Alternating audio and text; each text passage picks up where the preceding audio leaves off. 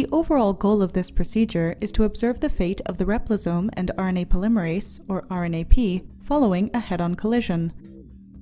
This is accomplished by first assembling the transcription complex on biotinylated DNA and immobilizing it on strepavidin beads, which will result in the halted RNAP elongation complex.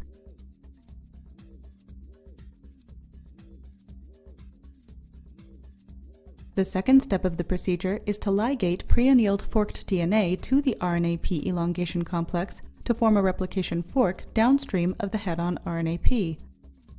The third step of the procedure is to assemble the replisome and initiate leading strand synthesis at the replication fork.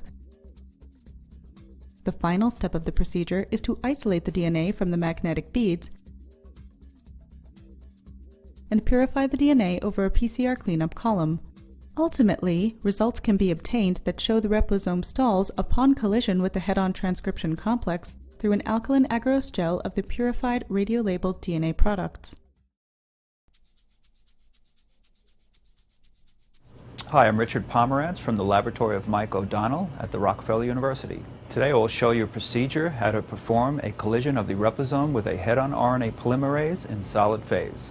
I use this procedure in our laboratory to study how the process of replication is affected by transcription complexes along DNA. So let's get started.